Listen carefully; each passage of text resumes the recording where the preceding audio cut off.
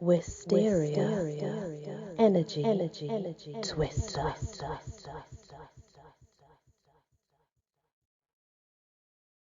Hello everyone, welcome back to my channel as we continue these short fairy tales.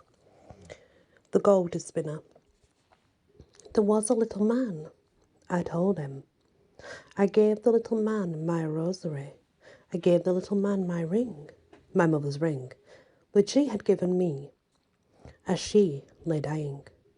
A thin circlet of gold with a garnet, fit for a commoner.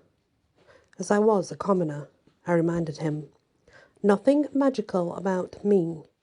Very well, he said. You may go back to your father's mill. I have no use for a miller's daughter without magic in her fingers. I'll keep the 3 roomfuls of gold. I walked away from the palace, still barefoot, still dressed in rags, looking behind me, surreptitiously, afraid he would change his mind, afraid he would realise he'd been tricked. I mean, what kind of a name is Rumpelstiltskin? But he would have kept me spinning in a succession of rooms forever. I passed my father's mill without entering, either to greet or berate. I wanted you to be queen, he had told me, after I said, how could you betray me like this? You deserve that. You deserve better than your mother. What kind of life did I give her? No, I wasn't going back there. By mid-afternoon, I left the town. I had forded the river. I had come to unfamiliar fields.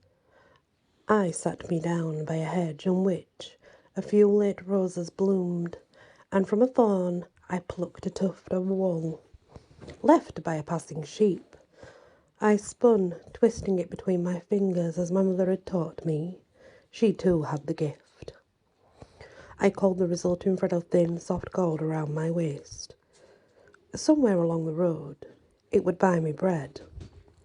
Until then, there were crab apples and blackberries to share with the birds, and the road ahead of me, leading, I knew not where, but somewhere different than the road behind.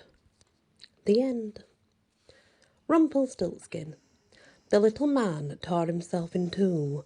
What did the 2 halves do after that? Fairy folk don't die from such simple operations. And no, they didn't hop about, each on a single leg. Each half was complete. Facsimile of the original. Except the one was reversed, a mirror image of the other. One was left-handed, the other right. The 2 halves stared at each other. Brother, said one, I shall go into the forest. I'm done with humanity. Let miller's daughters ever after suffer the consequence of their own folly. I shall live alone, with only the birds and squirrels, the occasional deer for company. I shall live off mushrooms, acorns and ferns, eggs fallen from the nest, rosehips and blackberries in summer, the forest's bounty. Dress myself in moss and breathe slowly, become like the rocks. I shall call myself Rumpel, if you've no objection. None at all, said the other half. I, however, want to see the world. Live as you have never dared to. Start as a thief, steal coins from the rich, food from the poor. Visit whorehouses, build my fortune, gamble with it. Win, lose, end up in a debtor's prison. Drink dirty water, and a year later, fine Burgundy, when I have regained my fortune and more. I shall have estates in Germany and France.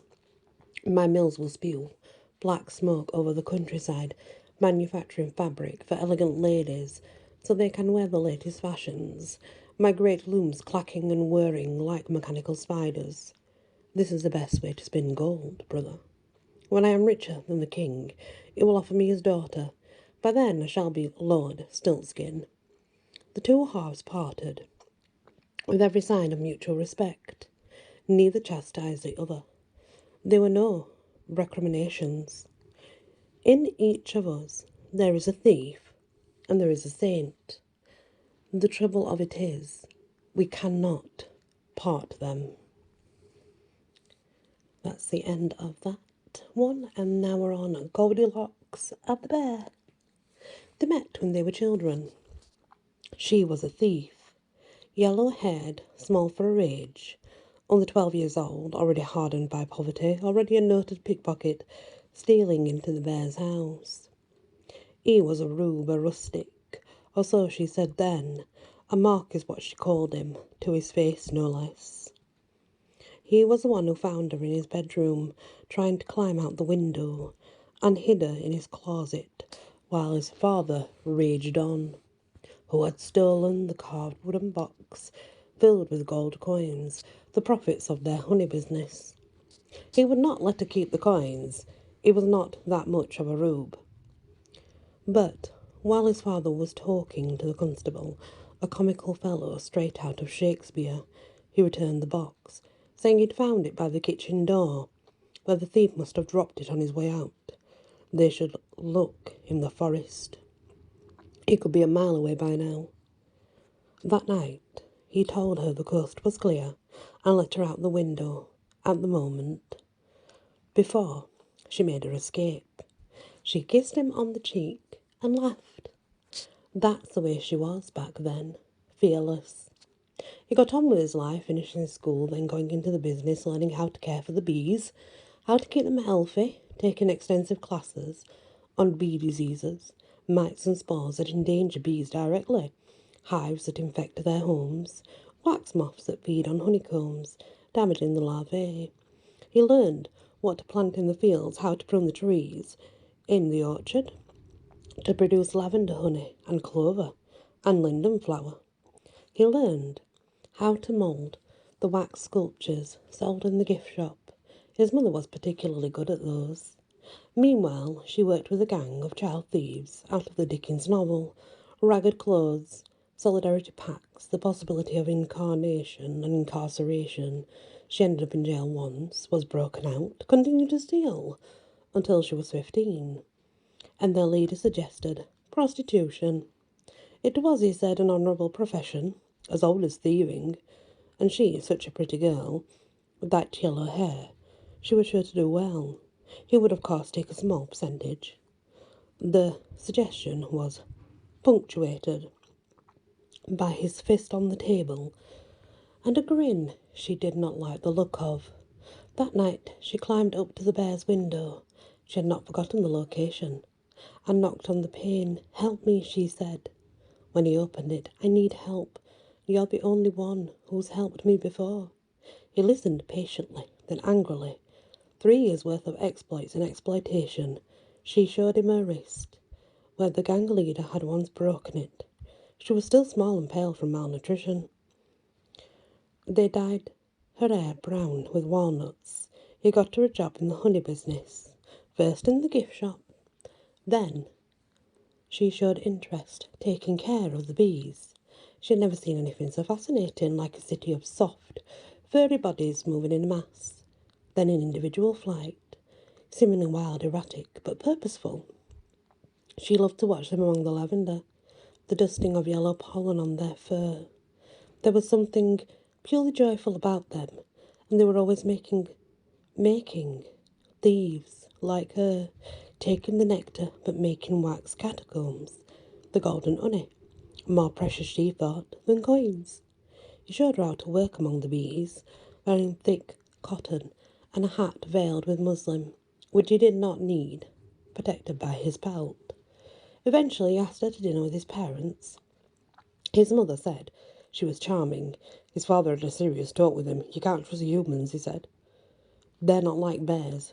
Think of that thief long ago who tried to take our gold. They don't even sleep in winter, which is unnatural, unbear-like. If you've to fall for someone, can't it be another bear from a good family like ours?" The bear explained that love doesn't work like that. When he asked her to marry him, beneath the linden branches, she said, "Aren't you afraid I might still be a thief? I might become a thief again." "You are, and you might," he said. "But I'm not my father. I've always been willing to take risks, like letting you go that day, or trying new honey flavours. Look how well the rhubarb honey turned out. I'm not rhubarb honey, she said, laughing. Close enough, he said, and kissed her. Goldilocks and the bear lived to a grand old age together. Their children could turn into bears at will. One married a princess, one joined the circus, one took over the honey business, and they have 5 grandchildren. Her hair is silver now. Look how well the thievery turned out. She got the gold, she got the bear, she got the fields of clover, the flowering orchard, the house filled with sunlight and sweetness like a jar of honey, the life of a very happy woman. And that is the 3 short fairy tales, all told from a different perspective, of course. They are sort of original, but a little bit twisted, I guess. Thank you for listening, and many blessings. Wysteria, energy, twister.